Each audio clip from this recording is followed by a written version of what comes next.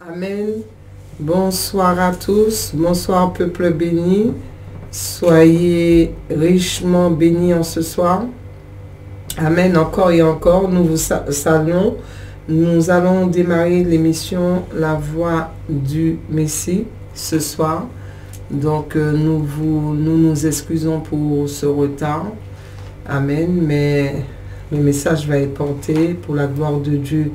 Donc on vous salue. C'est vrai qu'il y a 2 jeudis, on n'a pas pu être là parce qu'il y avait un petit souci. Mais le Seigneur est bon. Il est fidèle. Et tous ceux qui sont connectés, nous vous saluons. Nous saluons la Guyane, nous saluons la Martinique, toute la Caraïbe, l'Hexagone. Et nous vous prions de rester connectés puisque nous allons porter le message de notre Seigneur. Et nous allons prier pour remettre ce moment entre les mains du Seigneur. Donc je suis en compagnie de Pasteur Edjan, Pasteur Maxime à la technique et la sœur Mounette aussi. Amen. Donc voilà, je vais remettre ce moment entre les mains, enfin je vais laisser Pasteur Edjan remettre ce moment entre les mains du Seigneur. Je vous retrouve tout à l'heure pour une petite introduction et le message aussi qui va être porté. Amen. Amen. Amen. Amen. Shalom à tous, dans le nom puissant de Jésus-Christ. Nous sommes encore dans cette émission, La Voix du Messie. C'est vrai qu'il y a 2 jeudis de cela, nous n'avons pas pu être là pour des petits soucis techniques, mais nous sommes là ce soir pour porter la parole du Seigneur, fidèle à cette émission, fidèle à ce que le Seigneur veut nous porter, vous porter à travers nous, par sa grâce. Amen. Donc sans plus tarder, je vais remettre ce moment dans les mains du Seigneur. Te demandons à Dieu et demandons à Dieu de nous guider par son glorieux Saint-Esprit. Amen. Éternel, roi des gloires, Dieu Tout-Puissant, tu es le Dieu créateur de tous les cieux et de la terre, Seigneur mon Dieu. Tu es le Dieu Adonai, le Dieu El Shaddai, Seigneur. Sur toi seul, mon Dieu, nous comptons, Seigneur. Sur toi seul, Seigneur, mon Dieu éternel, nous reposons, Seigneur, mon Dieu, Papa. Seigneur, dans le nom de Jésus, nous venons te demander, Seigneur, de nous diriger ce soir, de nous précéder par ton glorieux Saint-Esprit. Seigneur, mon Dieu, viens prendre possession, Seigneur, mon Dieu, de nous, Père éternel. Dans le nom de Jésus-Christ, Père éternel, que la chair en nous s'efface et que seulement ton Saint-Esprit, mon Dieu, puisse contrôler, diriger toutes choses. Tout ce qui sera dit, Seigneur mon Dieu, tout ce qui sera porté, Seigneur mon Dieu, qui soit en conformité à ta parole, Seigneur mon Dieu, afin, Seigneur Jésus, de toucher les cœurs, afin, Seigneur mon Dieu, d'édifier les vies, Seigneur, afin, mon Dieu, de consoler, mon Dieu, ceux qui ont besoin, Seigneur mon Dieu, afin, Seigneur mon Dieu, d'avertir ceux qui ont besoin, Père éternel, Seigneur, de le nom de Jésus, mon Dieu, afin, Seigneur mon Dieu, de transformer la vie, mon Dieu, de ceux et celles, Seigneur mon Dieu, qui n'ont pas encore Jésus dans leur vie. Mon Dieu, nous te prions, Seigneur mon Dieu, à travers cet outil.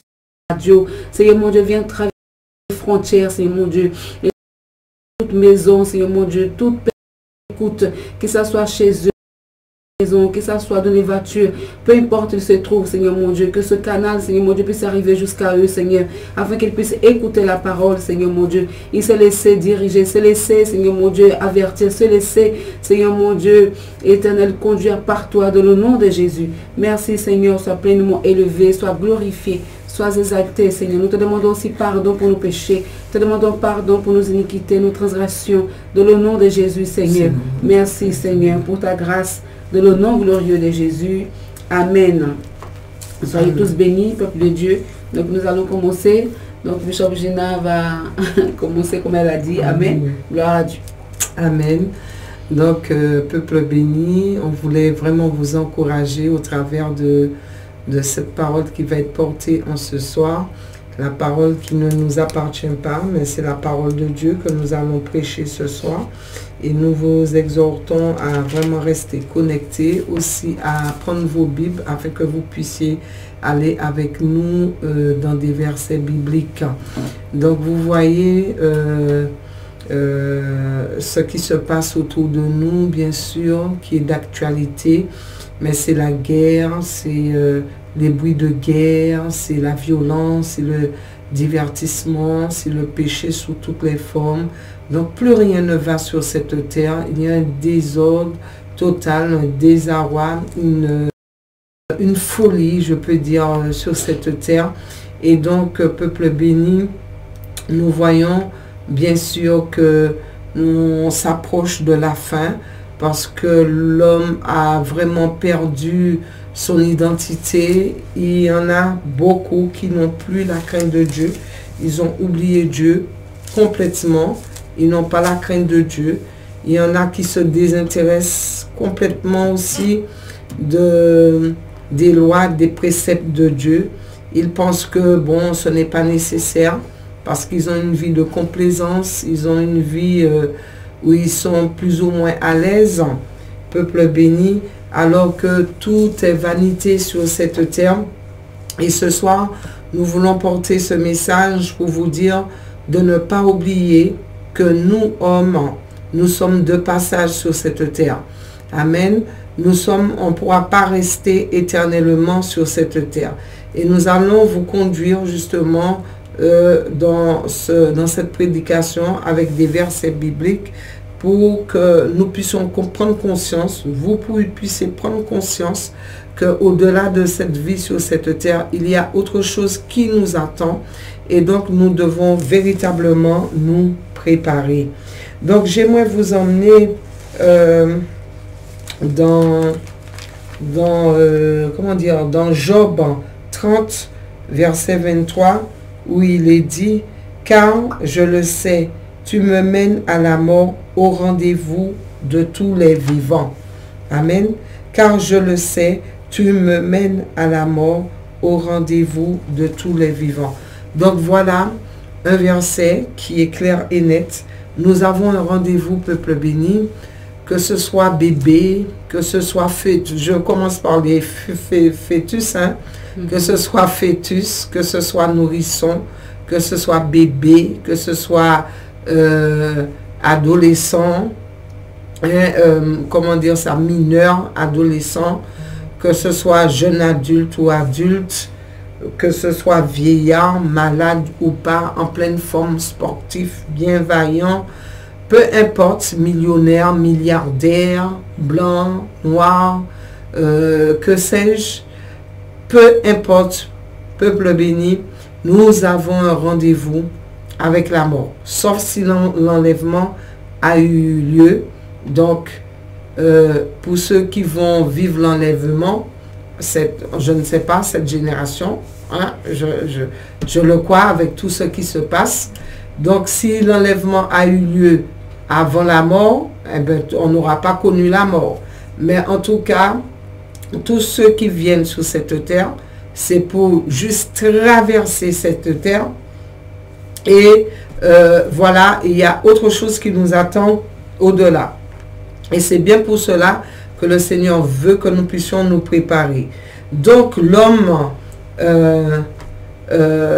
s'installe, on arrive sur cette terre, on est sur cette terre et on s'installe sur cette terre, évidemment. On arrive dans une famille, dans un foyer avec des parents et on s'attache à notre foyer, c'est tout à fait normal. Et on s'attache, hein, l'homme s'attache à cette terre, mais malheureusement, c'est comme s'il ne devait jamais la quitter. C'est comme si il doit demeurer, éternellement. Il ne peut jamais à la mort, ni à l'après-mort, parce que, pourquoi? Sur cette terre, nous voyons tellement d'activités, tellement de distractions, tellement d'occupations, pour que l'homme n'ait pas envie ni le temps de préparer leur éternité. Voilà ce qui se passe, peuple béni. Alors que dans le verset,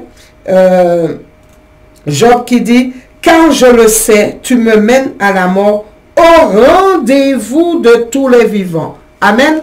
N'oubliez pas cela. Hein? Tellement de préoccupations, peuple béni, que l'ennemi a réussi à voiler la pensée de l'homme, à voiler les yeux de l'homme, au point qu'ils ont oublié qu'ils ont un rendez-vous avec la mort, ils ont un rendez-vous avec le véritable Dieu, hein, le Dieu d'amour et le Dieu juste, puisqu'il est dit aussi au travers de la Bible, il est permis à l'homme de vivre une seule fois, après quoi vient le jugement. Le jugement pourquoi? Le jugement pour quelqu'un qui est mort, qui ne bouge pas, qui ne ressent plus rien, qui ne voit plus rien, qui n'entend plus rien, comme, je ne sais pas moi, comme, non, peuple béni. Il y a un jugement pour des gens qui vont être bien debout devant toutes leurs responsabilités de ce qu'il aurait fait de bien ou de mal. Et donc, malheureusement, même pour les chrétiens, c'est pareil. Je veux dire, dans le monde, oui, le monde et les inconvertis, ils sont dans les divertissements, dans les fêtes, dans toutes les formes de péché, d'abomination. Comme je disais, ils ne se soucient même pas de Dieu. Mais l'Église, même les chrétiens même, sont souvent pareils. Et donc, peuple béni, l'Église, et quand on regarde l'état de l'Église, nous voyons aussi que l'Église est influencée par les coutumes, les fêtes païennes de ce monde, toutes les choses mondaines qui sont en train de rentrer dans l'Église pour divertir les chrétiens, pour garder les chrétiens, je peux dire, hein, sur le banc de l'Église. Or, ce n'est pas ce que Dieu nous demande. Il nous demande de conduire un peuple à lui dans la repentance et dans la sanctification. Et donc, nous voyons des leaders, des pasteurs, des chrétiens qui s'attachent énormément au bien terrestre jusqu'à prêcher l'apostasie, jusqu'à prêcher l'évangile prospérité, peuple béni, tellement ils sont attachés à l'argent, aux choses terrestres, parce que l'argent là, que beaucoup aiment, c'est certainement pas pour acheter une parcelle dans le ciel, ni un trésor quelconque dans le ciel. Parce que ce n'est pas possible. Quand bien même j'ai déjà entendu l'arnaque. J'ai déjà entendu cette arnaque-là, peuple béni, gros comme une montagne, et même trouvé des gens qui ont été faire des prêts à la banque pour un pasteur, un faux pasteur, ça c'est sûr, qui a promis la clé de maison, qui a promis des parcelles de terrain dans le ciel, et les gens qui courent, qui amènent leur argent, les pauvres. Mon Dieu, miséricorde. Qu'est-ce qu'on ne peut pas entendre? Nous savons qu'avec cet argent-là, que beaucoup sont en train d'idolâtrer, c'est certainement pas pour les choses spirituelles et certainement pas pour le royaume de Dieu. Donc, malheureusement, nous voyons cela, peuple béni, que l'Église est influencée par le monde et il s'attache, il consacre beaucoup de temps, temps à ces choses, beaucoup de temps à l'argent et beaucoup s'installent sur terre comme s'ils devaient y vivre toujours éternellement. Et regardez ce que la parole nous dit aussi dans le psaume 39 où il est dit: Éternel, le psalmiste dit, Éternel, dis-moi quel est le terme de ma vie, quelle est la mesure de mes jours, que je sache combien je suis fragile. Voici, tu as donné à mes jours la largeur de ta main et ma vie comme un rien devant toi. Oui, tout homme debout n'est qu'un souffle. Amen. Amen. Amen, peuple béni. Amen. Quelle est la mesure de mes jours? Est-ce que vous avez déjà pris le temps de dire, de demander au Seigneur, le Seigneur, vous savez, le Seigneur, il est tellement bon qu'il jamais, tu connais ta date de naissance, mais tu ne connaîtras jamais la date que tu dois mourir, peuple béni. Mais la date est là, la date est fixée. Hein? Et donc, peuple béni, là, il est dit, dis-moi quel est le terme de ma vie, quelle est la mesure de mes jours, que je sache combien je suis fragile. Voici, tu as donné à mes jours la largeur de la main. Peuple béni, on est de passage, un passage tellement court sur cette terre, tellement bref, tellement court, alors que l'éternité nous attend.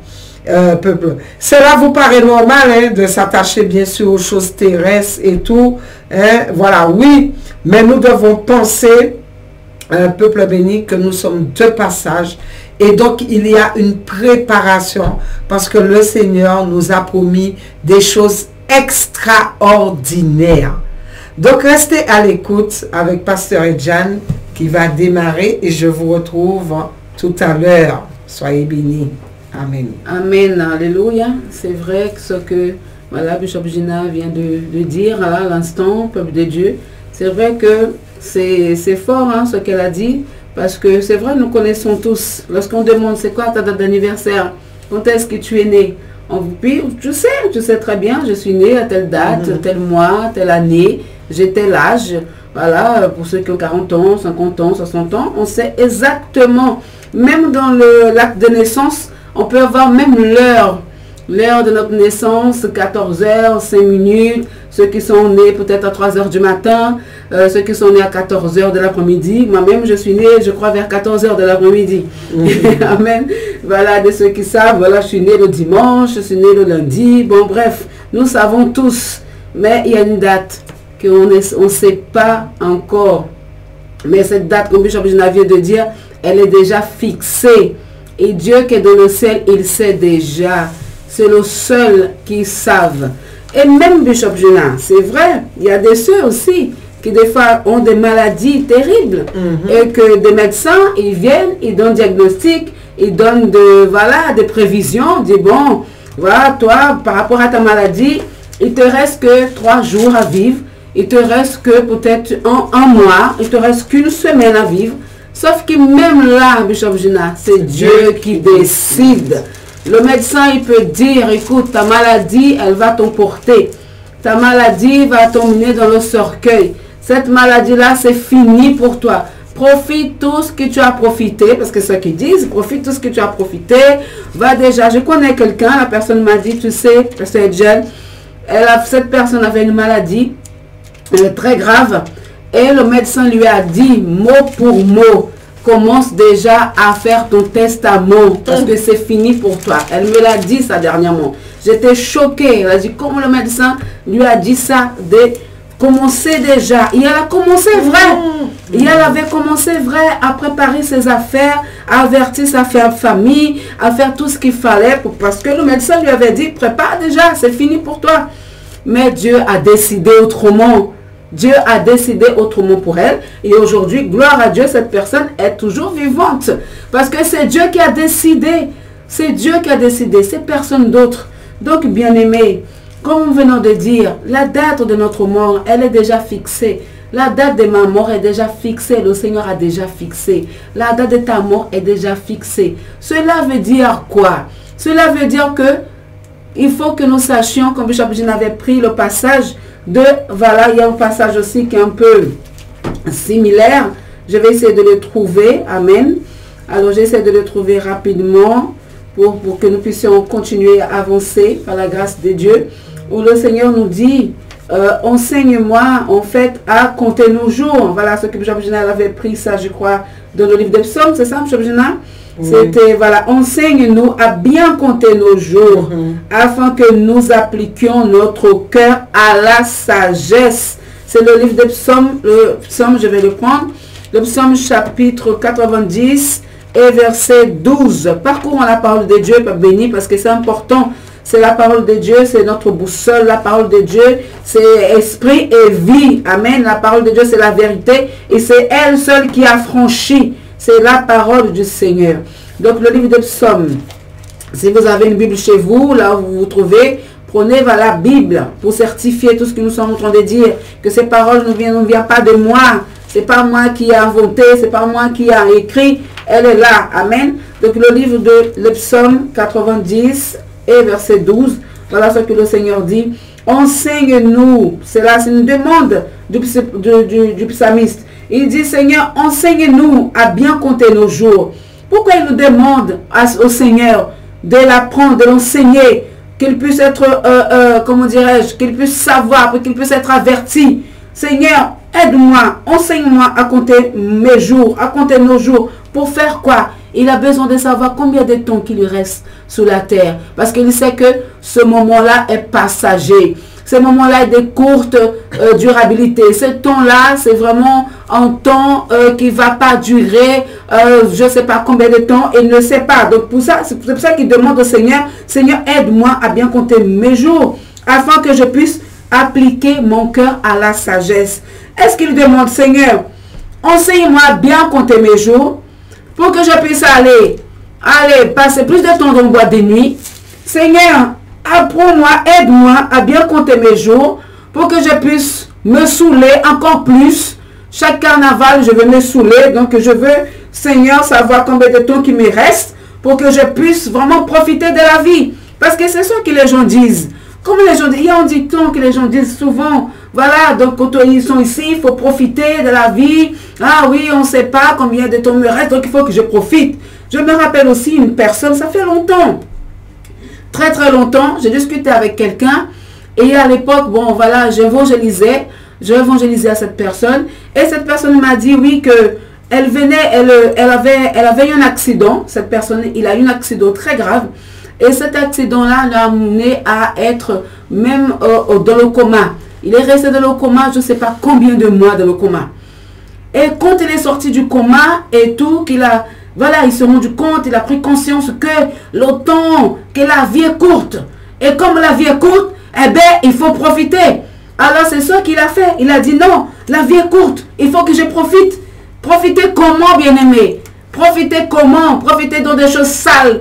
Profiter dans la souillure, profiter dans toutes sortes d'abominations. C'est pas ça que le Seigneur dit. Le Seigneur nous dit, voilà, il faut que le Seigneur vienne nous enseigner pour que nous puissions appliquer notre cœur à la sagesse, pour faire des choses avec sagesse. Quand le Seigneur veut que tu apprennes à compter tes jours, te dire, bon, il me reste peut-être 1 an à vivre, il me reste peut-être 2 ans à vivre, il me reste peut-être 3 ans à vivre. D'accord, Seigneur, ben, je vais appliquer mon cœur à faire des choses bien, à marcher dans la justice, à marcher dans la sainteté, à marcher dans la vérité, à marcher, à aimer mon prochain, à supporter mon prochain. C'est ça que le Seigneur te demande aujourd'hui. C'est pas pour que tu puisses aller te livrer encore plus au vagabondage, pour que tu puisses aller te livrer encore plus à la prostitution, pour que tu puisses te livrer encore plus à toutes sortes de choses, de souillures maléfiques, pour que tu puisses encore te livrer encore plus de la sorcellerie.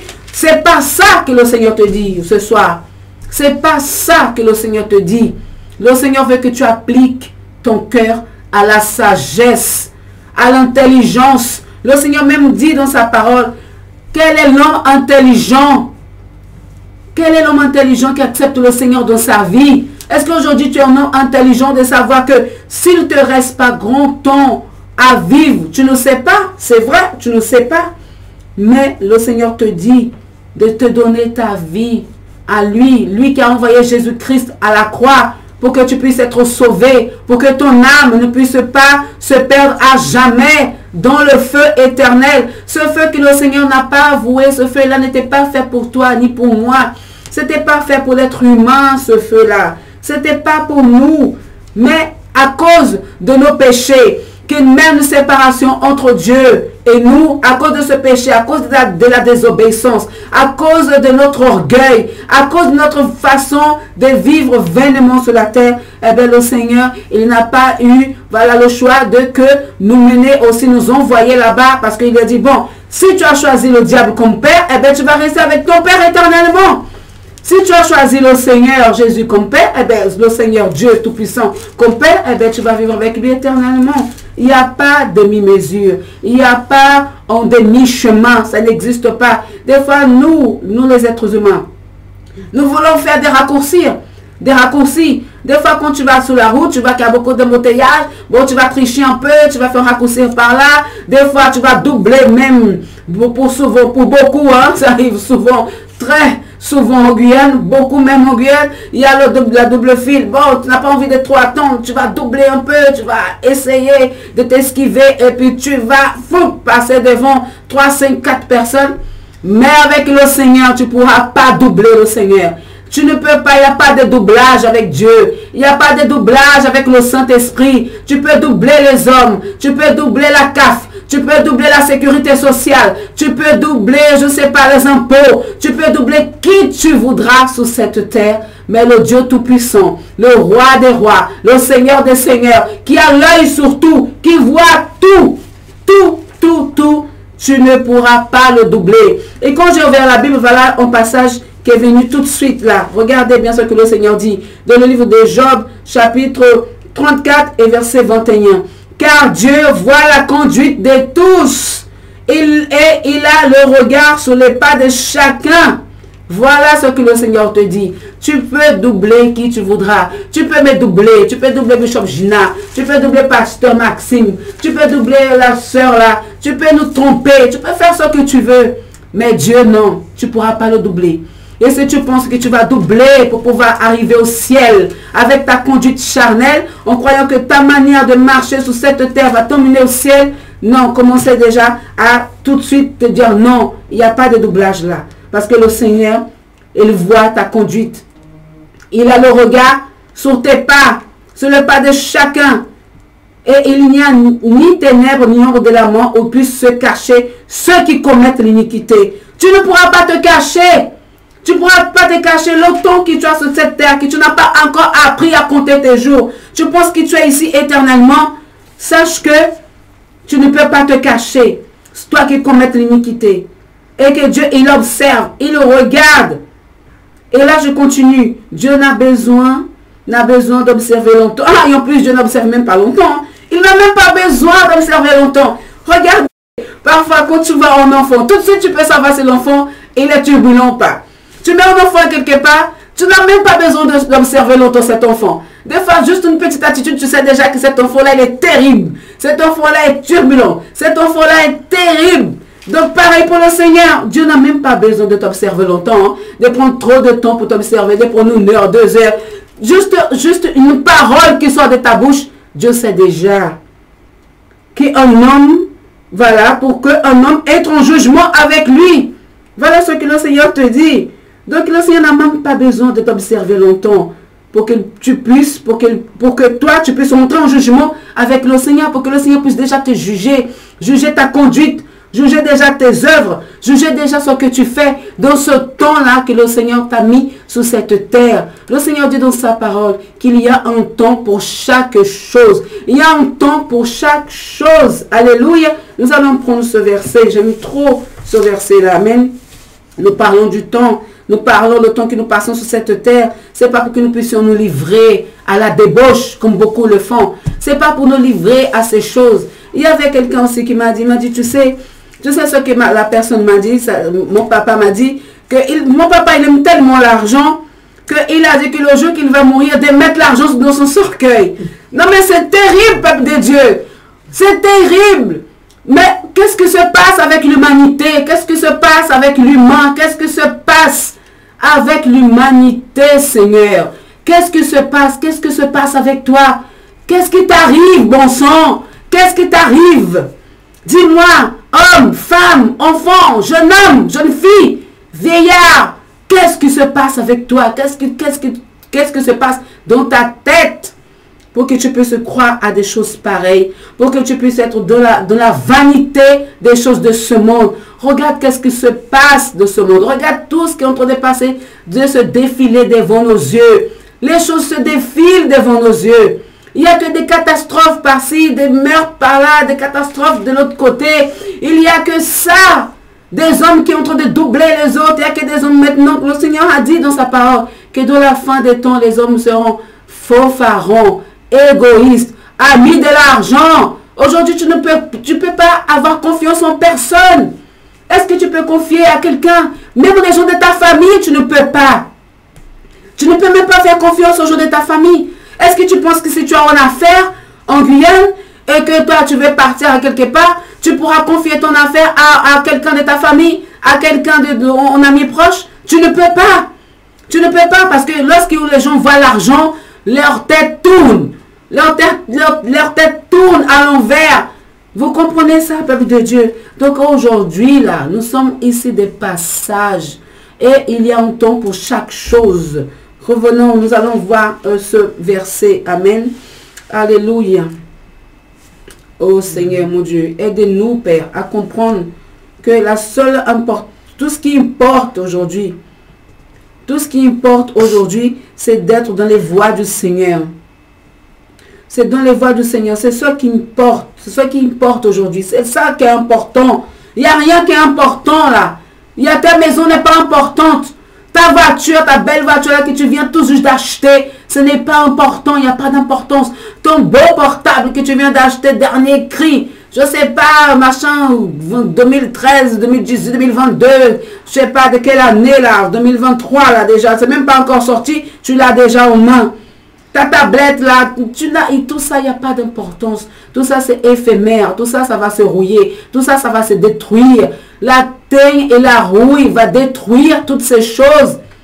Le Seigneur te dit là, aujourd'hui, que le Seigneur te dit là, il ne t'observe même pas longtemps, hein, pour que tu puisses rentrer en jugement avec lui. Peut-être qu'en ce moment même, il y a déjà un jugement de Dieu sur ta vie. Peut-être qu'aujourd'hui même, le Seigneur t'a déjà jugé, le Seigneur a déjà mis la sentence sur toi. Peut-être aujourd'hui même, là, ce soir-là, le Seigneur attend juste que tu te repentes, que tu dis, Seigneur, pardon, j'ai compris que le temps que tu m'as donné à être sur cette terre, c'est pour que je puisse appliquer mon cœur à la sagesse. C'est pour que je puisse vivre de la sainteté. C'est pour que je puisse marcher dans tes voies, dans tes traces, dans tes pas, Seigneur. En t'acceptant comme Seigneur et Sauveur. Le temps, Seigneur, que tu m'as mis de ce monde ici bas, Seigneur, je ne suis pas de ce monde. Comme le Seigneur dit, bien-aimés, je vous exhorte comme étrangers et voyageurs sur la terre à vous abstenir des convoitises charnelles qui font la guerre à l'âme. Tu n'es pas de ce monde. Le Seigneur dit clairement, nous sommes des étrangers et des voyageurs sur cette terre. Nous sommes que des passages. Nous sommes ici pour très peu de temps. Et même il y a un passage de la parole de Dieu qui dit, pour les plus robustes, peut-être qu'il y a de ceux qui vivent 80 ans. Mais aujourd'hui là, comment dire ça, la durée maintenant des vies des hommes de cette terre a beaucoup diminué, a beaucoup réduit. Maintenant, c'est tellement difficile de voir des gens qui ont 80 ans, 90 ans. C'est difficile. On voit, mais difficilement. Maintenant, les jeunes meurent comme des mouches. Là, on tombe tomber comme des mouches, les jeunes. Il y a des jeunes maintenant qui n'arrivent même pas à 20 ans. N'arrivent même pas à ses 18 ans. En train de tomber comme des mouches, comme ça. Mon Dieu, et maintenant, toutes sortes de maladies, toutes sortes de choses qui sont là. Là, maintenant, il y a une maladie. Là, Bishop Gina, c'est le... Je lisais ça, Seigneur, pardon, je n'ai même pas pris note. C'est les enfants là qui maintenant, ils ont une angine, une sorte d'angine. Et après, il y a la bactérie, là, le streptocoque, comment on appelle ça? Que maintenant, il y a un enfant là qui est mort. Il y a des enfants là qui sont atteints en France. Avec ça, des jeunes qui meurent, des enfants, des nouveau-nés, des petits qui meurent. Mais ça vous fait pâtique. Toute forme de maladie, hein, sur terre. Ça vous fait pâtique de dire, bon, écoute, d'accord, le Seigneur m'a donné le souffle de vie. Le Seigneur m'a donné le souffle. Le Dieu Tout-Puissant m'a donné le souffle. Ce Dieu-là qui tu dis, oh, le bon Dieu. Le bon Dieu t'a donné le souffle de vie. Le bon Dieu t'a donné à venir sur cette terre. Tu n'es pas venu par hasard. Lorsque le Seigneur dit dans sa parole qu'il t'a tissé, il a vu, il t'a tissé de le ventre de ta mère. Il t'a tissé depuis, avant même que tu ne naisses, le Seigneur savait déjà que tu allais venir sur cette terre. Et lorsque le Seigneur t'a donné cette opportunité d'être là, sur cette terre, de marcher sur cette terre, le Seigneur veut que tu appliques ton cœur. Applique ton cœur à le chercher. C'est même un péché de ne pas louer le Seigneur. Le Seigneur attend nos louanges. Le Seigneur attend nos adorations. Le Seigneur veut qu'on le loue. Le Seigneur veut qu'on l'adore. Le Seigneur veut qu'on le serve. Le Seigneur veut qu'on soit fidèle à lui. C'est ce que le Seigneur veut. Imaginez, toi parent, tu es tellement content.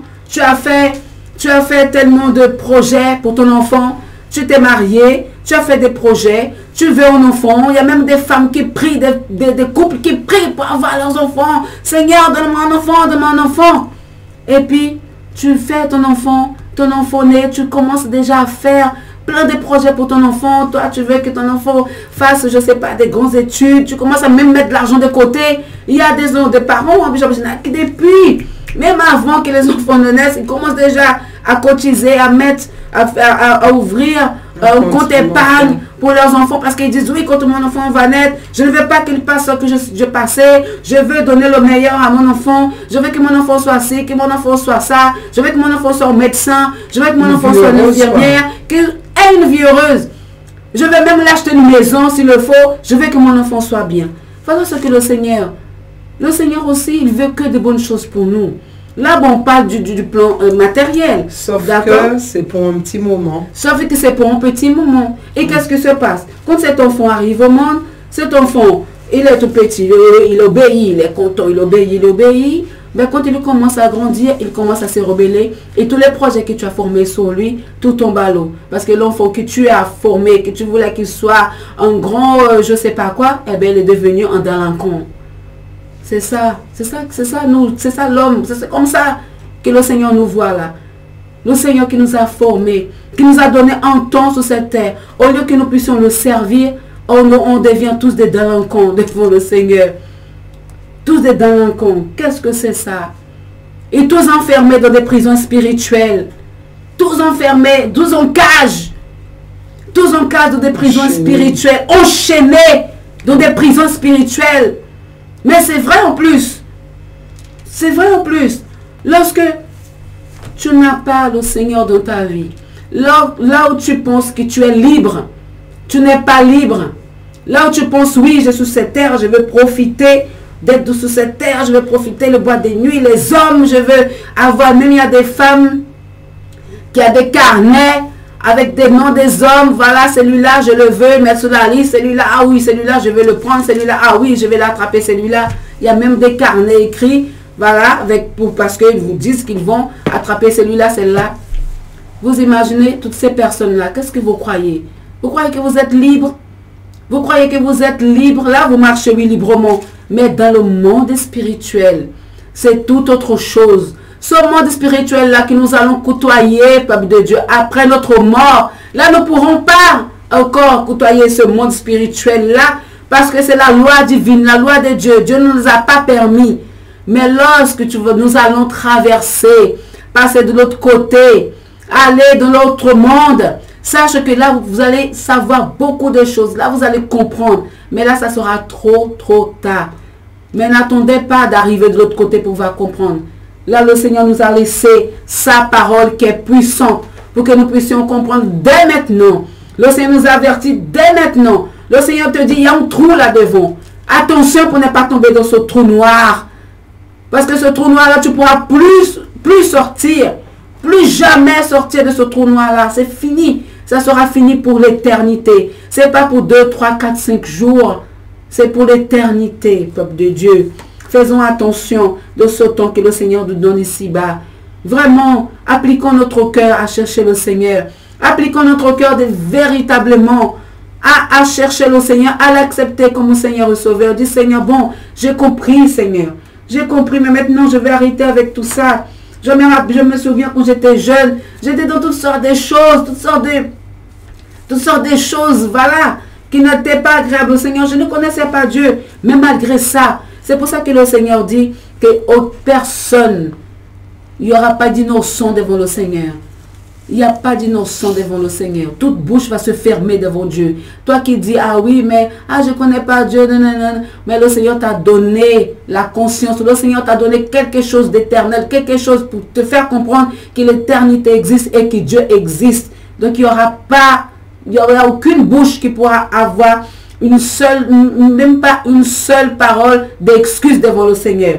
Et moi, quand j'étais jeune, je me disais, ah oui, mais je vais m'amuser, tout ça. Ah non, et puis après, j'ai compris. Le Seigneur m'a donné à comprendre que cette terre-là, c'est vraiment passager.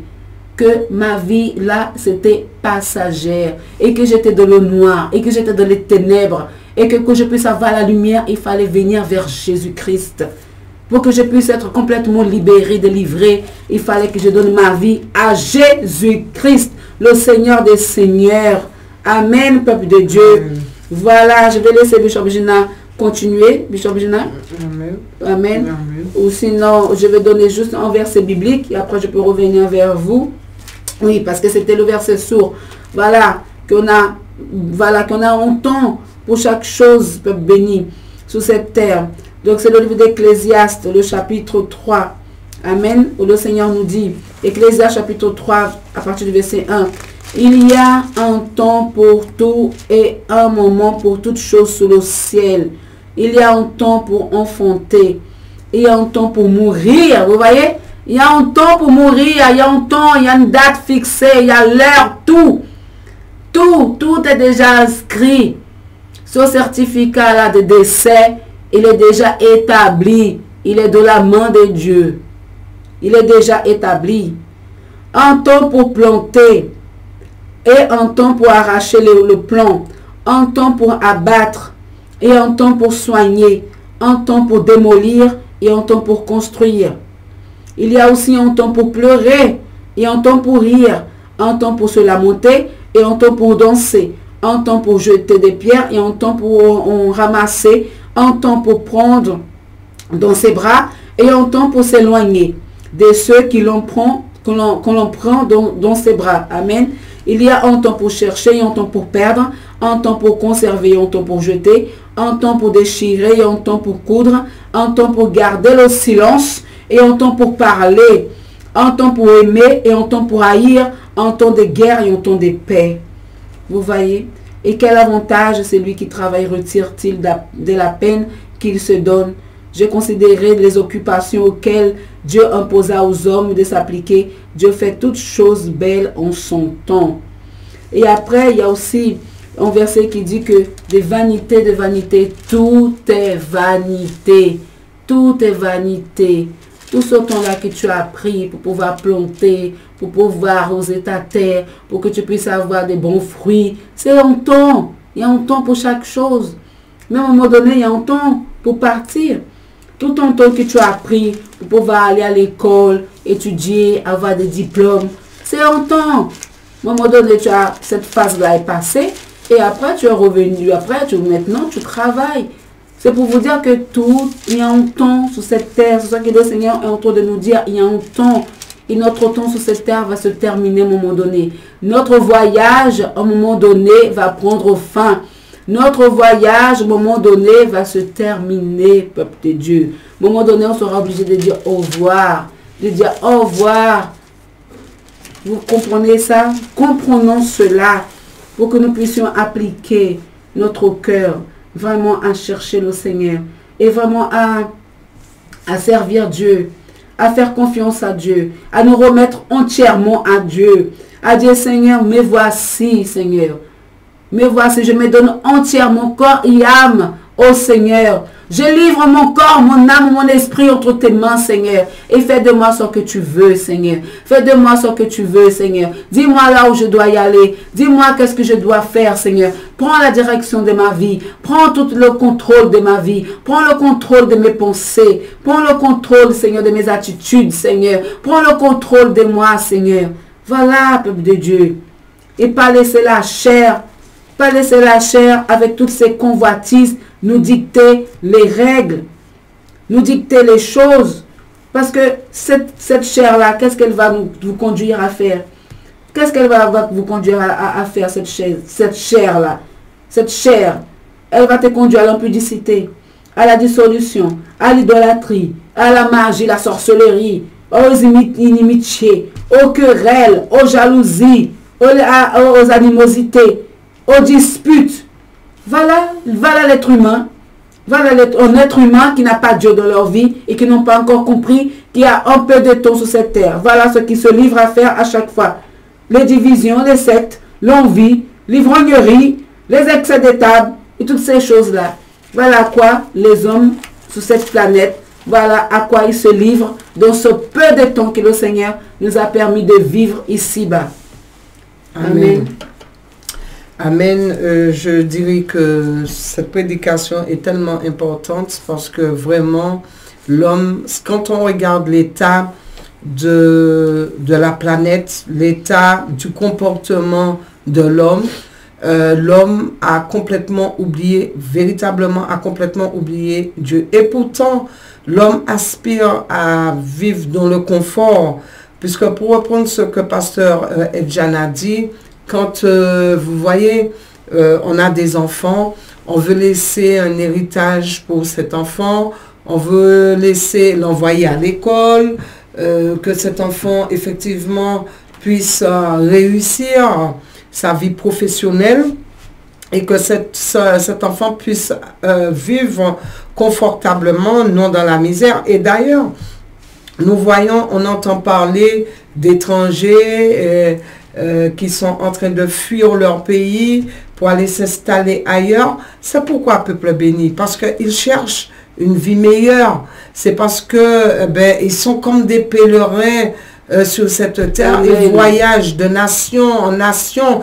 Pourquoi? Parce qu'ils sont à la recherche d'une vie de complaisance, une vie confortable, parce qu'ils fuient, ils veulent fuir la persécution, ils veulent fuir la souffrance, ils veulent fuir la misère, ils veulent fuir ces choses.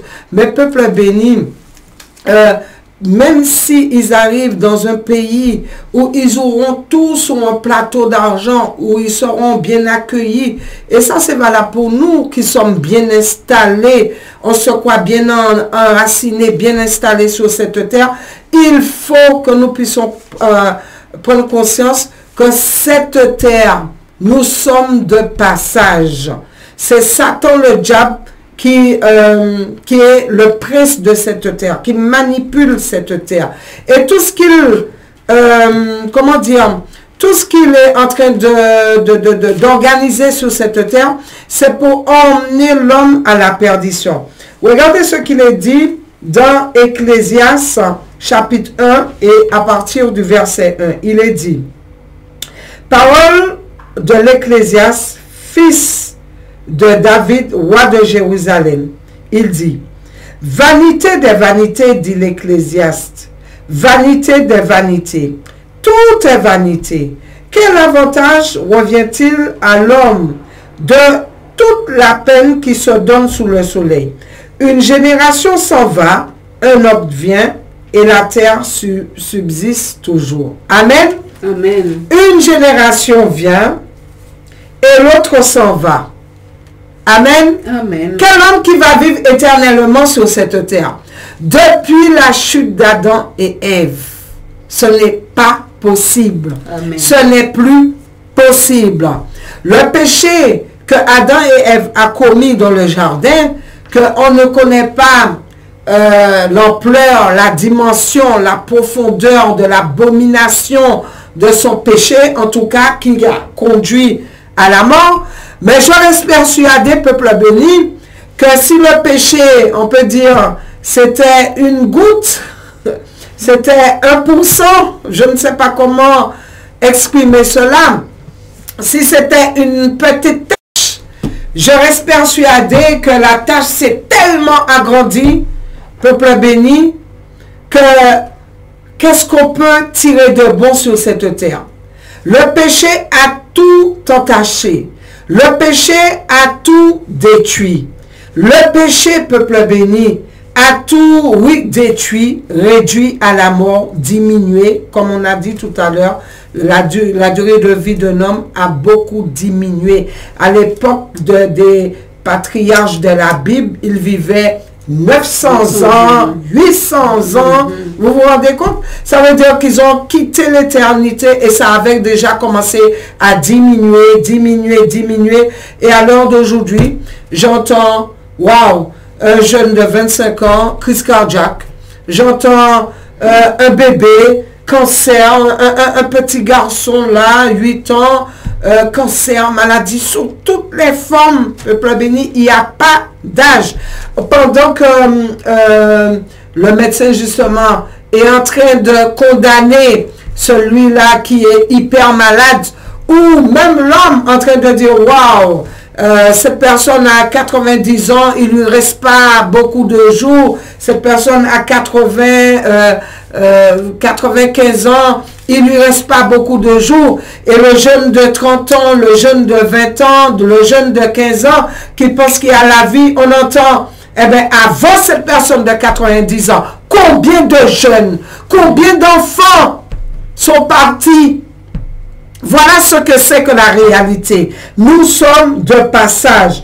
Une génération, Ecclésiaste 1 dit, une génération s'en va, un autre revient et la terre subsiste toujours.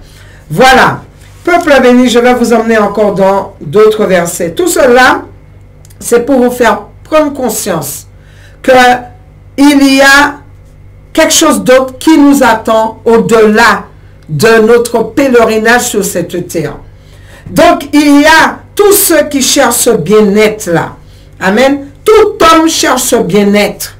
Que ce soit dans les pays où, là où c'est pas la joie, c'est la misère, c'est la persécution, c'est des lois terribles, peuple béni, sans citer de nation.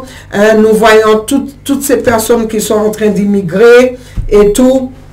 Et donc, voilà, nous voyons qu'ils sont en souffrance, qui attendent, qui n'ont pas de quoi se nourrir, ils n'ont pas de quoi se vêtir, ils marchent, peuple béni, ils sont en train de quémander pour avoir une carte de séjour, pour être accueillis. Peuple béni, pensez-vous que c'est pour voir la misère? C'est pour avoir, comme on dit, ce confort que nous savons que la terre, regardez ce qui se passe, guerre, peste, famine, qui est en train de gagner toute la terre, qui est en train de gagner nation après nation, qui est en train de gagner, peuple béni, les foyers. Hein, vous regardez comment les prix ont grimpé et le salaire reste pareil. Et nous devons vivre avec, nous devons faire avec. Et là où tu pouvais acheter 6 baguettes, eh ben, pour ta grande famille, tu dois réduire aujourd'hui, tu devras réduire demain, jusqu'à ce que ça disparaisse. Et pour manger quoi? On ne sait pas. Parce que si les bombes nucléaires viennent à tomber par-ci, par-là, non seulement il y aura des morts, mais excusez-moi, là où les bombes, comment on dit ça, bombes atomiques, pas bombes atomiques, les bombes nucléaires. Les bombes nucléaires, voilà. Voilà, c'est ça qui est d'actualité. Vous pensez que ces terres-là, on pourra cultiver sur ces terres? Ce n'est pas possible. Donc, la terre va à la déchéance, peuple béni. Alors, je vous emmène dans Ecclésiaste 2. Lisez tout Ecclésiaste et vous verrez que tout est vanité. Et donc, nous avons besoin de nous préparer pour aller dans ce lieu béni que Dieu nous a, dont il nous a fait cette promesse, et pour la durée des temps. Pour la durée des temps. Amen. Amen. Pour l'éternité. Et nous allons adorer Dieu pour la durée des temps. Nous t'adorons. Nous allons dire nous t'adorons. Nous te glorifions. Nous te bénissons. Nous te louons, peuple béni. Donc, on y va dans Ecclésiaste 12, verset 3. Il est dit: mais souviens-toi de ton Créateur pendant les jours de ta jeunesse. Amen. Avant que les jours mauvais arrivent et que les années s'approchent, où tu diras, je n'y prends point de plaisir, avant que s'obscurcissent le soleil et la lumière, la lune et les étoiles, et que les nuages reviennent après la pluie, temps où les gardiens de la maison tremblent, où les hommes forts se courbent, où celles qui moulent s'arrêtent parce qu'elles sont diminuées, où ceux qui regardent par les fenêtres sont obscurcis, où les 2 bâtons de la porte se ferment sur la rue quand elle s'abaisse le bruit de la meule, où l'on se lève au chant de l'oiseau, où s'affaiblissent toutes les filles du champ, où l'on redoute ce qui est élevé, et l'on a des terreurs en chemin, où l'amandier fleurit, où la sauterelle devient pesante, où la cape n'a plus d'effet, car l'homme s'en va vers sa demeure éternelle, et les pleureurs parcourent les rues, avant que le cordon d'argent se détache, que le vase d'or se brise, que le seau se rompt sur la source, et que la roue se casse sur la citerne avant que la poussière retourne à la poussière comme elle y était et que l'esprit retourne à Dieu qui l'a donné. Vanité des vanités, dit Ecclésiaste, tout est vanité. Ah, c'est puissant. Amen. Peuple béni, depuis dimanche, le Seigneur m'a emmené dans ce verset. Et le Seigneur nous donne un conseil, et des conseils d'amour et d'encouragement. Il te dit, souviens-toi de ton Créateur pendant les jours de ta jeunesse. Peuple béni, pendant que tu es sur cette terre, souviens-toi de Dieu. Souviens-toi de Dieu. Parce que plus tu avances, il y a des jeunes qui disent, ah oui, j'ai le temps. Ils voient la vie devant eux. Ils voient les jours. J'ai le temps d'accepter le Seigneur ou même ne jamais accepter le Seigneur. Mais il y en a quand même qui disent, ah je suis jeune. Hein. Le Seigneur, moi j'ai déjà même entendu Dieu, accepter Dieu, aller au culte. C'est pour ceux qui n'ont rien à faire. C'est pour ceux qui ont des problèmes. C'est pour ceux qui ont une vie fat, c'est pour les vieux, c'est pas pour les jeunes. Et là, le Seigneur dit, et souviens-toi de ton Créateur avant que les jours mauvais arrivent. Et nous sommes dans les jours mauvais, peuple béni. Avant que s'obscurcisse le soleil, le monde est plongé dans les ténèbres. Et je ne suis pas en train de vous dire que il est 18h, 19h, il est minuit. Les ténèbres, c'est quoi, peuple béni? C'est le péché, c'est la désolation de l'abomination. Le péché a noirci la terre, peuple béni. Le péché t'empêche de voir Dieu. Le péché t'empêche d'entendre Dieu. Le péché, peuple béni, t'empêche de prendre la direction que Dieu t'a donnée. Le monde est plongé dans les ténèbres, plongé dans la souillure, plongé dans le mensonge, plongé dans l'illusion, plongé dans un rêve.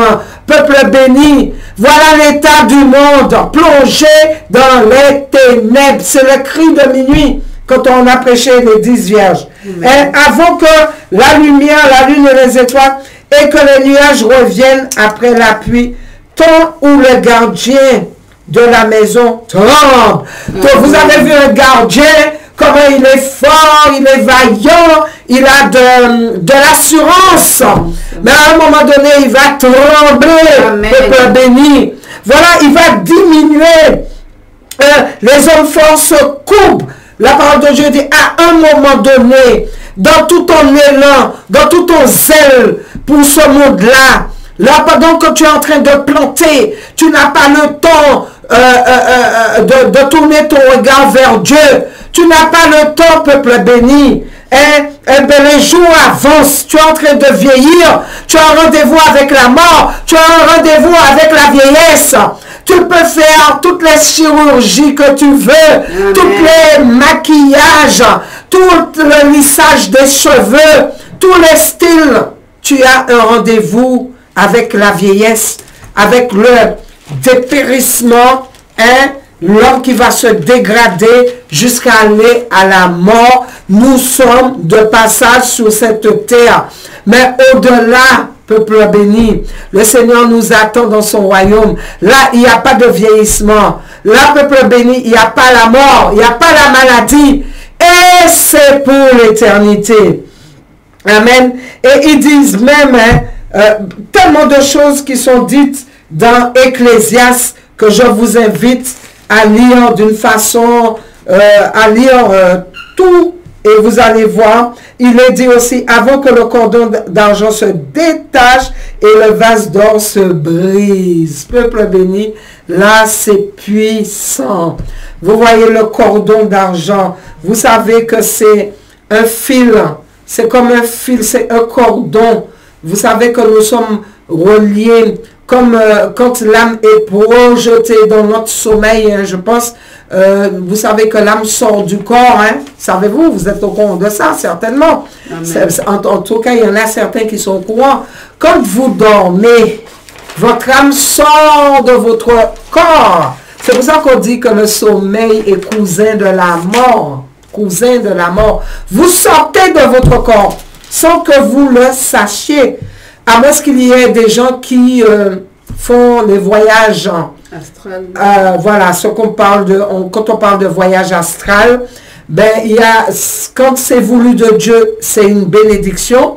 Mais quand c'est provoqué par les sorciers là, quand ils sortent de leur corps pour aller voir ce qui se passe chez la voisine ou pour, comme on dit, violer, comment on les appelle les dorlis, il y en a d'autres qui les appellent les agents, ça dépend dans quel pays tu es, il y a plusieurs noms qui est donné à ces genres d'agents là, ces genres de pratiques. Ils sortent de leur corps. Mais vous savez, quand vous dormez, tout naturellement, inconsciemment, vous faites des rêves. Vous avez l'impression que vous avez visité, vous avez été dans un endroit, ou bien même des fois, vous y allez physiquement dans tel endroit. Vous avez l'impression que vous êtes déjà, vous connaissez cet endroit. Vous avez l'impression de connaître cet endroit alors que vous n'êtes jamais, vous n'y êtes jamais été. Et donc, peuple béni, quand on dort, on sort de notre corps. Amen. L'âme sort du corps. L'âme est projetée. Et tu peux être projeté à des milliers de kilomètres. Et tu es relié à un cordon. Et ce cordon s'appelle le cordon d'argent. D'accord? Ce cordon est relié à ton corps physique là. Il est là, tu dors, tu es consciente, mais tu es ailleurs, tu fais des rêves, tu vois, tu es tel endroit, tu vois, je ne sais pas, hein, tu rêves tellement de choses, tu es sorti, mais tu es ailleurs. Mais, peuple béni, la parole de Dieu dit, avant que le cordon d'argent se détache, si le cordon d'argent est coupé, c'est terminé, c'est la mort. Amen, c'est la mort. Sauf si Dieu vient et il recolle, mais c'est la mort. C'est ce qui veut dire là. C'est ce que le verset veut dire, puisqu'il est dit que le vase d'or se brise. Le vase, c'est toi. Le vase se brise et que le seau se rompe sur la source et que la roue se casse sur la citerne. Et pour dire, en fait, pour aller en progression de ce qui est dit ici, que la poussière retourne à la terre. Tu es poussière et tu retourneras poussière. Donc voilà, peuple béni, nous voulons vous dire que vous êtes de passage. Quand on prend le cas d'Abraham, il est dit tellement de choses. Dans Ecclésiaste 2, verset 22-23, je ne vais pas vous lire tout Ecclésiaste, on est là pour demain, sinon. Il est dit aussi dans Ecclésiaste 2, verset 22 à 23, il est dit, oui, que retire l'homme de tout son travail et des préoccupations de son cœur, alors qu'il se donne tant de peine pour cela sous le soleil. Ses journées ne sont toute que souffrance et son activité n'est que chagrin. Même la nuit, son cœur ne connaît pas le repos. Cela aussi, c'est de la fumée. Donc, on se donne beaucoup de temps et on oublie les promesses de Dieu. On oublie de chercher Dieu. On oublie de chercher les voies de Dieu pour qu'on puisse demeurer auprès de Dieu, pour qu'on puisse hériter du paradis, du royaume de Dieu, là où justement, là où on prend tellement de peine sur cette terre à travailler pour avoir un semblant de confort, parce que on peut, peuple béni, on peut travailler, on peut être grand docteur, grand chirurgien, avocat, grand je sais pas quoi, gagner très bien la vie. Vous savez qu'il y a la maladie qui peut venir, que l'argent n'y peut rien. Il y a un deuil d'un proche qui peut venir. Et cela encore, c'est encore une souffrance, voire rendre dépressif quelqu'un. Donc, le Seigneur nous propose vraiment mieux que ça.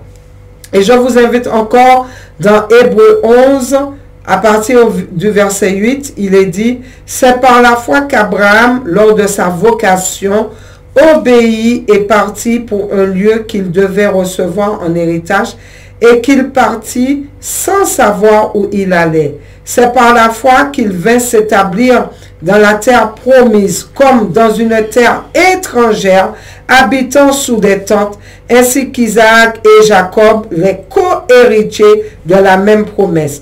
Car il attendait la cité qui a de solides fondements, celle dont Dieu est l'architecte et le constructeur. Donc voilà, je vous laisse ce verset. Voilà, Abraham, c'était cet homme de foi. Il avait bien sûr le regard fixé sur la cité céleste, la cité dont Dieu est l'architecte et le constructeur, peuple béni. C'est ça notre espérance. Et donc, il vivait dans cette tête, dans cette tente, pardon. Il vivait pas, la parole de Dieu ne nous dit pas qu'il vivait dans une villa. Il vivait, c'est vrai qu'il avait des terrains, il avait de quoi. Mais bon, peuple béni, il écoutait la voix et la direction de Dieu. En tout cas, il a obéi au Seigneur. Et donc, il vivait justement dans cette attente avec une assurance qui soutenait constamment sa foi. Et c'est cela aussi que nous devons aspirer, nous devons nous appuyer sur les promesses de la vie éternelle que Dieu nous a promis. Et Dieu, ce n'est pas un Dieu pour mentir. Il a promis, peuple béni, il nous a promis cette cité céleste. Amen. Donc voilà, il y a le verset, je crois que Pasteur Edjan a déjà pris 1 Pierre 2, 11, 2. Je crois que tu as évoqué tu as évoqué rapidement ce verset que je peux vous lire aussi très rapidement. Il est dit, bien-aimés, je vous ai dans 1 Pierre chapitre 2 versets 11 à 12. Bien-aimés, je vous exhorte comme des étrangers et gens de passage à vous abstenir des convoitises charnelles qui font la guerre à l'âme. Ayez une conduite honnête parmi les gens des nations, afin que sur les points où ils vous calomnient comme gens qui font le mal, ils glorifient Dieu le jour où il les visitera à cause de vos bonnes œuvres qu'il observe. Encore là, il est dit, je vous exhorte comme étrangers, des gens de passage.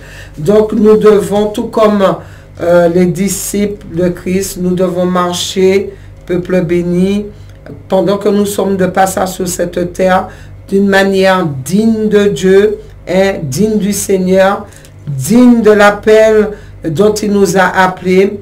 Et nous devons nous conduire d'une manière digne des Écritures de Dieu, conforme aux Écritures de Dieu, peuple béni. Faisons très attention à cela. Donc, que nous soyons lors du retour du Seigneur, l'idéal, sans reproche et pur, sans compromission avec le mal, des enfants de Dieu irrépréhensibles. La parole de Dieu dit, des enfants irrépréhensibles au milieu d'une génération pervertie. Voilà cette conduite que nous devons avoir, nous enfants de Dieu, pèlerins sur cette terre. Amen. Nous sommes appelés à briller comme des luminaires dans le monde. Et nous sommes le sel de la terre. Nous sommes la lumière du monde. Vous êtes, la parole de Dieu même dit, peuple béni, vous êtes dans le monde, mais vous ne faites pas partie du monde. Amen. Vous êtes étrangers, vous êtes dans le monde, vous ne faites pas partie du monde. Donc, le monde, c'est quoi? Le monde englobe l'univers, le monde englobe l'humanité et tout ce qu'il renferme. Et nous savons que depuis la chute d'Adam et Ève, que ce monde-là, justement, il est dominé par Satan, il est dominé par les ténèbres. Et que Jésus appelle justement le prince de ce monde. Il est sur cette terre. C'est pour ça que le monde est plongé dans les ténèbres. C'est pour ça que Satan, il apporte tellement de suggestions aux hommes et pour vous détourner de la vraie bénédiction, peuple béni. Il vous fait oublier que vous êtes de passage sur cette terre. Tellement de promesses. Lui-même, il a tenté de séduire Jésus. Il a dit à Jésus, je te donne, si tu m'adores, comment il a dit ça là? Tu connais? Oui. Je te donne toutes ces nations, je te donne tout cela, tout ceci, tous ces royaumes. Jésus qui est la parole qui s'est faite. Jésus même qui est sorti d'auprès du Père pour descendre sur cette terre, pour accomplir une mission, peuple béni. Satan a eu l'audace de vouloir l'attacher sur cette terre, de vouloir le faire oublier qu'il était de passage, qu'il est venu pour une mission et qu'il y a plus qu'il attend. Il y a plus qu'il attend. Lui, il a raté la bénédiction. Il a raté la bénédiction. Il ne peut pas retourner en arrière. Il ne peut pas, peuple béni. Mais toi, tu peux. Dieu te donne cette opportunité. Donc, le diable, il a influencé le monde et il a construit un monde, ce monde-là, qui fait que tous oublient qu'ils sont de passage, un monde autour d'un système qui est philosophique, qui est scientifique, de sorte que avec, je veux dire, tout le système politique, l'économie, la culture, le social, toutes ces choses-là qui fait que le monde entier est sous la puissance du malin et ils oublient, peuple béni, qui sont de passage. Tous ceux qui vont monter des hôtels sataniques, diaboliques, vous allez faire des contrat avec le diable parce que vous voulez être maire, parce que vous voulez être président, parce que vous voulez avoir la puissance, vous voulez avoir le succès sur cette terre. Les artistes qui vont signer le pacte avec le diable. Est-ce que vous n'avez pas compris que vous êtes de passage et que vous aurez des comptes à rendre à Dieu tôt ou tard? Est-ce que vous n'avez pas compris que ce trône-là, c'est un trône pour quelques jours, pour quelques temps, et que vous êtes de passage, et que vous allez vous retrouver, que vous le vouliez ou pas, que vous le croyez ou pas, peuple béni, que vous voulez vous l'entendre ou pas, que vous allez vous retrouver devant ce Dieu d'amour, de grâce, de miséricorde, qui appelle à la repentance, qui nous appelle à venir dans son royaume, dans ce lieu qu'il est en train de bâtir pour nous, pour que nous puissions être heureux. Il nous appelle aujourd'hui, il nous appelle demain, il nous appelle peuple béni, il t'appelle à venir à lui. Est-ce que vous êtes ignorant que tôt ou tard, vous allez vous retrouver devant ce Dieu-là, qui a envoyé son Fils unique, Jésus-Christ de Nazareth, avec quiconque croit en lui ne périsse point, mais qu'il ait la vie éternelle. Il est venu payer la rançon. Dieu a tout mis pour nous. Il a tout. Jésus a dit qu'il a tout accompli, peuple béni. Nous sommes pécheurs. Et Jésus est venu payer un prix que nous sommes incapables de payer. Dieu a tout mis en œuvre pour que nous puissions tourner notre regard vers les choses célestes, vers les choses spirituelles, les choses qui demeurent éternellement, et nous faire comprendre que tu viens sur cette terre où tu es de passage. Et donc, tu ne peux pas rentrer n'importe comment dans le royaume de Dieu. Tu ne peux pas rentrer comme tu veux dans le royaume de Dieu. Tu ne peux pas rentrer dans le royaume de Dieu quand tu as décidé. Tu ne peux pas rentrer dans le royaume de Dieu, peuple béni. Tu ne peux pas aller dans la repentance une fois que le Seigneur t'a retiré le souffle de vie. Une fois que tu es morte, tu ne peux plus te repentir. Dieu, c'est un Dieu des vivants. Il y a un temps, le temps de se repentir, c'est là maintenant. Tu es de passage sur cette terre. Amen. Nous sommes de passage. S'il y a une bombe nucléaire là qui vient, peuple béni, combien qui vont mourir? Vous voyez, la terre est vouée à la destruction. D'accord? Même Jésus, il a dit, donc je vais laisser aussi l'opportunité à Pasteur Edjan, même Jésus a dit, pour ceux qui veulent bien le croire, Il a dit, je m'en vais vous préparer une place. Et je reviendrai vous chercher. Peuple béni, quand il reviendra nous chercher, il ne va même pas poser ses pieds sur cette terre souillée. Amen. Ce n'est pas possible que Jésus puisse reposer ses pieds dans l'état que le monde se trouve. L'état du péché, peuple béni. Il a dit, je m'en vais et je reviendrai vous chercher. Et je m'en vais vous préparer une place. Donc, toi qui es en train de bâtir, sans connaître Dieu, hein, tu travailles, tu bâtis, c'est pas interdit, peuple béni. C'est pas interdit d'avoir une maison, c'est pas interdit de vivre une vie confortable, hein. C'est pas interdit. Mais n'oublie pas de te repentir. N'oublie pas de te sanctifier. N'oublie pas de donner à Dieu la première place dans ta vie. N'oublie pas de chercher à connaître le chemin qui mène au royaume de Dieu. N'oublie surtout pas ces choses, parce que tu vas laisser tout cela, tu es de passage. Et Jésus a fait cette promesse, il va nous prendre avec lui, afin que là où il est, nous soyons nous aussi avec lui. Donc, tu es pèlerin, étranger sur cette terre. Et j'emmène encore dans un dernier verset, si j'arrive à trouver ce verset, peuple béni, voilà, il est dit, toujours dans Ecclésiaste 1, verset 18, « J'ai haï tout le travail que j'ai fait sous le soleil, et dont je dois laisser la jouissance à l'homme qui me succédera. Et qui sait s'il sera sage ou insensé? Cependant, il sera maître de tout mon travail et tout le fruit de ma sagesse sous le soleil. C'est encore là une vanité. Et j'en suis venu à livrer mon cœur au désespoir à cause de tout le travail que j'ai fait sous le soleil. Car tel homme a travaillé avec sagesse et science et avec succès, et il laisse le produit de son travail à un homme qui s'en est point occupé. » Voilà. Voilà, peuple béni.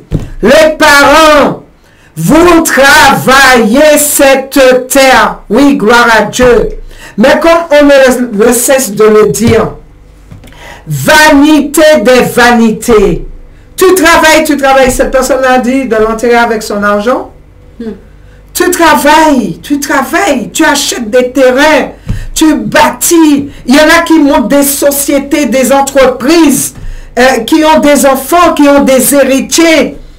Mais regardez ce qui est dit. J'ai haï tout le travail que j'ai fait sous le soleil, et dont je dois laisser la jouissance à un homme qui me succède. Vous allez laisser toute cette jouissance à vos enfants. Et qui dit héritage, dit combat, tribunal, juge, comment on dit, égoïsme, avarice, division, fâché, gourmet, coup de pied, sorcellerie même, hein? Oui. Les enfants, hein, et les héritiers, beaucoup d'héritiers se déchirent, hein, et beaucoup ont laissé une entreprise pour leurs enfants, une société, et ils ont tout pris et ils ont tout gaspillé parce qu'ils n'ont même pas connu la souffrance, cette labeur, cet sacrifice qui était acquis, dont les parents ont subi pour pouvoir donner tout cet héritage, et dont ils sont partis et ils ont laissé. Ils sont partis vers une demeure éternelle, mais laquelle demeure éternelle, j'en sais rien, et ils ont tout laissé. Et peuple béni, la roue tourne, la roue tourne. Tel homme a travaillé avec sagesse et science et avec succès, et il laisse le produit de son travail à un homme qui s'en est point occupé. Donc, travaillons pour notre salut. C'est là nous aurons notre héritage céleste, le confort, ce que beaucoup cherchent sur cette terre.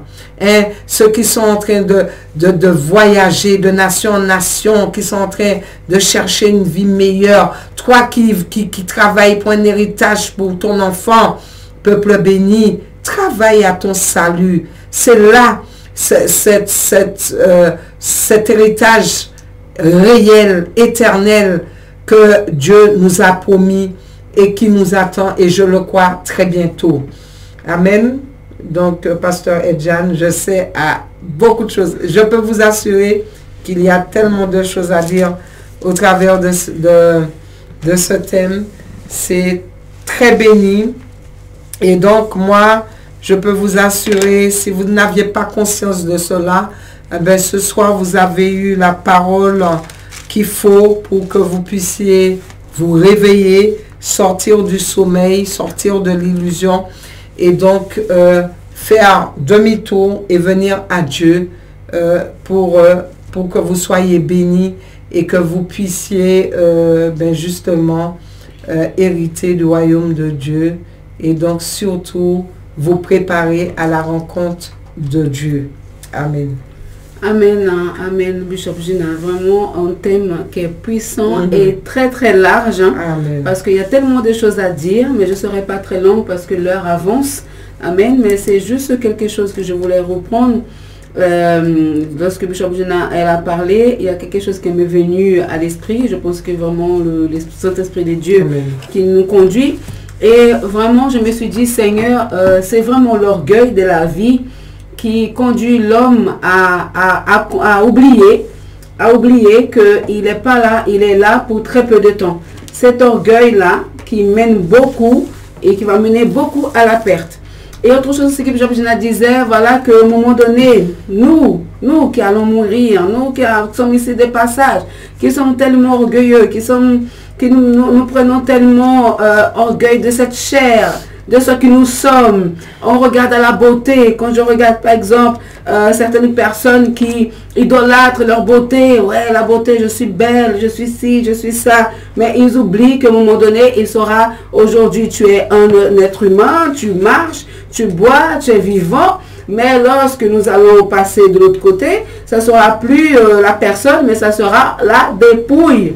Voilà, dépouille. Tu ne seras plus monsieur un tel, madame un tel, madame qui, je ne sais pas quoi, un tel qui, voilà, de grandes études, quelqu'un qui est très connu de la société. On dit, ouais, madame un tel, monsieur un tel, mais madame un tel, monsieur un tel, lorsque vous allez passer de l'autre côté, ça ne sera plus monsieur un tel, la dépouille d'une telle personne. Donc, il y a beaucoup d'orgueil, n'est-ce pas? Et je vais lire avec vous le livre d'Ésaïe, chapitre 3 et verset 24. Amen. J'étais déçu et j'ai enlevé, mais je vais chercher rapidement. L'heure avance. Amen. Et ce n'est pas à force de paroles que nous allons convaincre, hein. C'est que le Saint-Esprit de Dieu qui peut convaincre chacun. Amen. Que l'Esprit de Dieu. Ésaïe combien? Ésaïe chapitre 3 et verset 24. Ésaïe chapitre 3 verset 24. Amen, peuple de Dieu. Mais je vais prendre depuis le... attendez, je vérifie. Je vais prendre depuis le début. Tiens. Je vais prendre depuis verset 16. Voilà. Alors, l'Éternel dit... Parce que les filles des Sion sont orgueilleuses. Voilà, parce que voilà, les hommes, les femmes, vous êtes orgueilleux. Et qu'elles marchent le cou tendu, voilà. Le cou tendu tellement, voilà, que c'est presque comme nous sommes presque en train de vouloir monter plus haut que le Seigneur. Et le regard effronté, parce qu'elles vont à petits pas, et qu'elles font résonner les boucles de leurs pieds. Le Seigneur rendra chauve le sommet de la tête des filles de Sion. L'Éternel découvrira leur nudité. En ce jour, le Seigneur ôtera les boucles qui servent d'ornement à leurs pieds. Et les filles et les filets, et les croissants, les pendants d'oreilles, les bracelets et les voiles, le diadème, les chaînettes des pieds et les ceintures, les boîtes des senteurs et les amulettes, les bagues et les anneaux du nez, les vêtements précieux et les larges tuniques, les manteaux et les gibecières, les miroirs et les chemises fines, les turbans et les surtout légers. Au lieu des parfums, il y aura de l'infection. Au lieu des ceintures, une corde. Au lieu des cheveux bouclés, là, une tête chauve.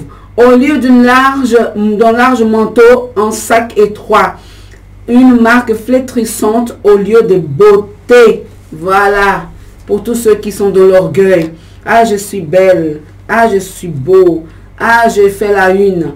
Ah, voilà, tout le monde tombe sous mes pieds. Ah, quand je passe, personne ne peut, comment dirais-je, le mot m'échappe. Je ne peux pas passer inaperçu. Je ne peux pas passer inaperçu.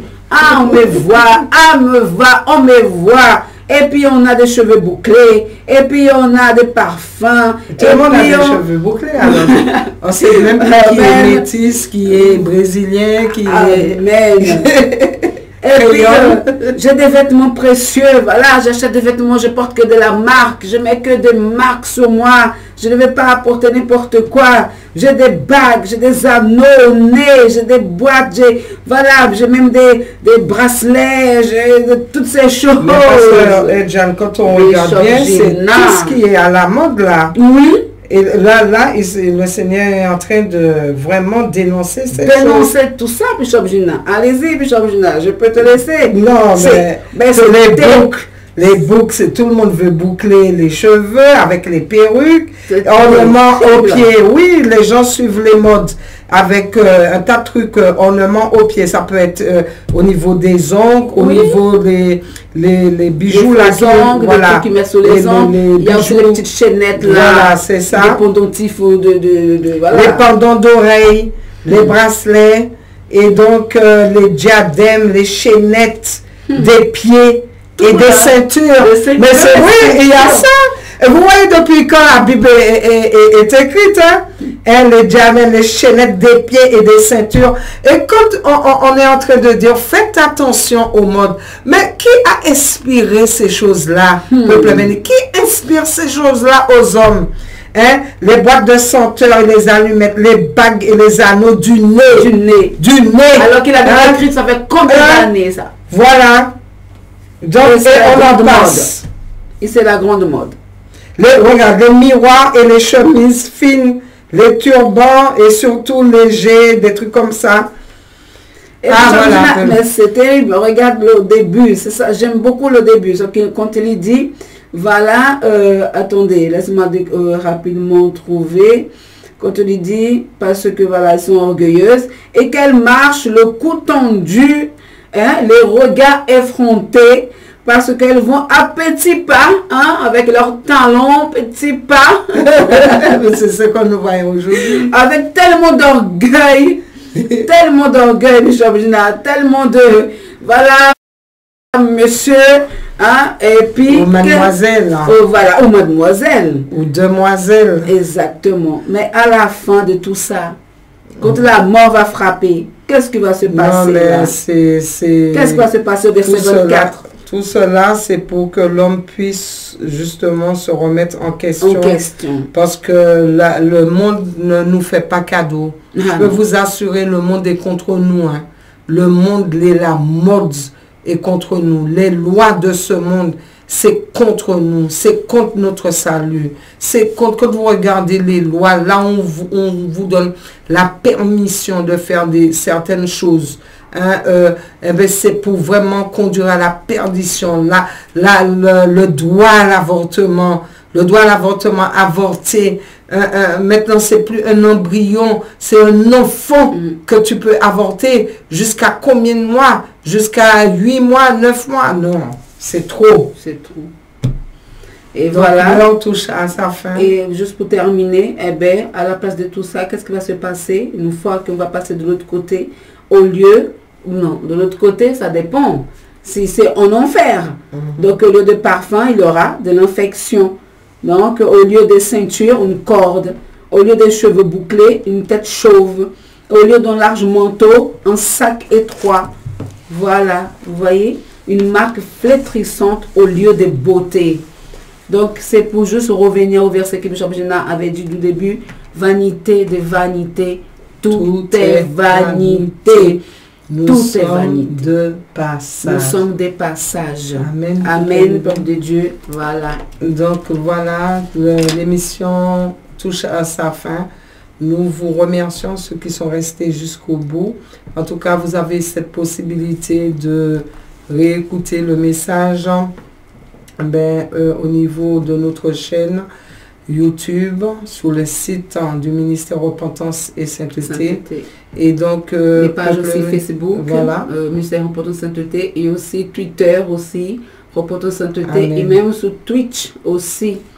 Et donc Amen. Aussi les contacts téléphoniques. Alors les contacts téléphoniques, donc nous avons donc le numéro de Bishop Gina, donc le 38 06 94 38 15 30, c'est bien cela. Et celui de Pasteur Maxime, je n'ai pas sur moi. Donc, celui de Pasteur Maxime, est-ce que tu l'as? Bon, et moi, donc, je vous avais aussi mon numéro 06 94 45 96 02. Et donc, le 06 94 22 41 17 ans. Amen, peuple béni, pour Pasteur Maxime. Bon, on vous a donné des noms, mais écoutez, retenez surtout les numéros de téléphone. Amen, amen. Que ce soit X ou Y, vous, peu importe, vous tombez sur Pasteur Maxime, sur moi, sur Pasteur Edjan, c'est la même équipe. D'accord? Retenez surtout les numéros de téléphone. Amen. Amen. Donc, rendez-vous dans 2 jeudis. Soyez richement bénis. Si vous voulez nous rencontrer entre-temps, vous avez toujours cette possibilité de nous joindre. Shalom. Nous allons prier juste pour conclure et libérer le plateau. Amen. Amen. Dieu de gloire, Dieu de bonté, nous venons te remercier, Seigneur, te bénir, Seigneur Jésus, pour ce moment éternel que tu nous as permis d'être ici, Seigneur mon Dieu, encore dans ce nouveau jour éternel. Seigneur, de le nom de Jésus-Christ, nous te remercions, Seigneur, pour toutes ces paroles, Seigneur mon Dieu, qui a été relâchée, qui a servi pour nous-mêmes d'abord, Seigneur mon Dieu, nous sommes les premiers concernés. Mon Dieu, Seigneur, merci pour toutes ces paroles qui a certainement touché les cœurs, Seigneur mon Dieu, de tous ceux qui ont été à l'écoute ce soir, de le nom de Jésus, afin que nous puissions chacun de nous remettre en question, Seigneur, et aller dans la repentance, dans le nom puissant de Jésus, avant que ça soit trop tard. Sois pleinement élevé, glorifié, Seigneur mon Dieu. Je remets chacune entre tes mains, Seigneur mon Dieu. Garde-nous, protège-nous sur la route. Préserve, mon Dieu, tous ceux, Seigneur mon Dieu, Papa, qui ont été à l'écoute, Seigneur mon Dieu, qui sont chez eux ou qui sont peut-être sur la route aussi. Dans le nom glorieux de Jésus. Amen. Amen. Shalom.